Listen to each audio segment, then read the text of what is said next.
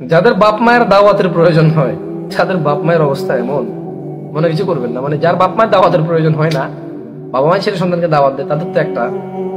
আর যে ছেলে সন্তান তার বাপকে দাওয়াত দিতে, তার বাপের অবস্থা এমন থাকে যে বলে তুই আমার থেকে বেশি জানোস। যে আমরা বলবো আর কি, চেষ্টা করবো বলা সবসময় হাসি মুখে, মাঝে মধ্যে, যাতে গরম না হয়ে যায়, যাতে একবারে কথা বলার স্কোপই বন্ধ না হয়ে যায়।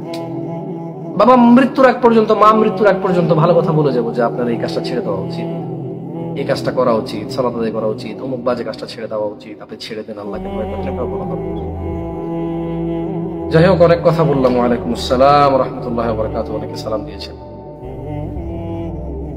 আমি যেটা নিয়ে কথা বলতে চাচ্ছিলাম যে আমাদের পরিবাররা আমাদেরকে ভালোবাসে, যে ভালোবাসাটাকে আসলে ভালোবাসা,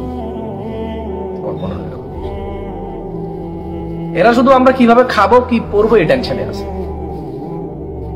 এরা আমাদেরকে ক্ষুধা থেকে বাঁচায়, এরা আমাদেরকে বস্ত্রহীনতা থেকে বাঁচায়, এরা আমাদেরকে মানে বিবাহ শাদী করার যোগ্য করে তোলে, চাকরি বাকরি করার যোগ্য করে তোলে। এরা আমাদেরকে জান্নাতির যোগ্য করে তুলতে চায় না, এরা আমাদেরকে আগুন থেকে বাঁচায় না।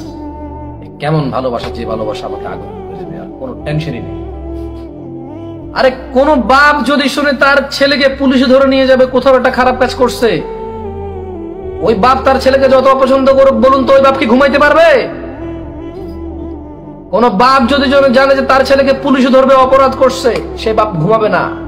এটা ফিক্স করা পর্যন্ত ঘুমাবে না। চেয়ারম্যানের কাছে যাবে, মেম্বারের কাছে যাবে, কমিশনারের কাছে যাবে, মেয়রের কাছে যাবে, পারলে এমপি মন্ত্রীর কাছে যাবে, পারলে সাধারণ ক্ষমা চাইবে, স্বরাষ্ট্র প্রতিমন্ত্রী, কি কি আছে আমি বললে নাম জানি না, অনেকগুলা পদ আছে, টাইটেল আছে, যারা এগুলা ক্ষমতা রাখে করার।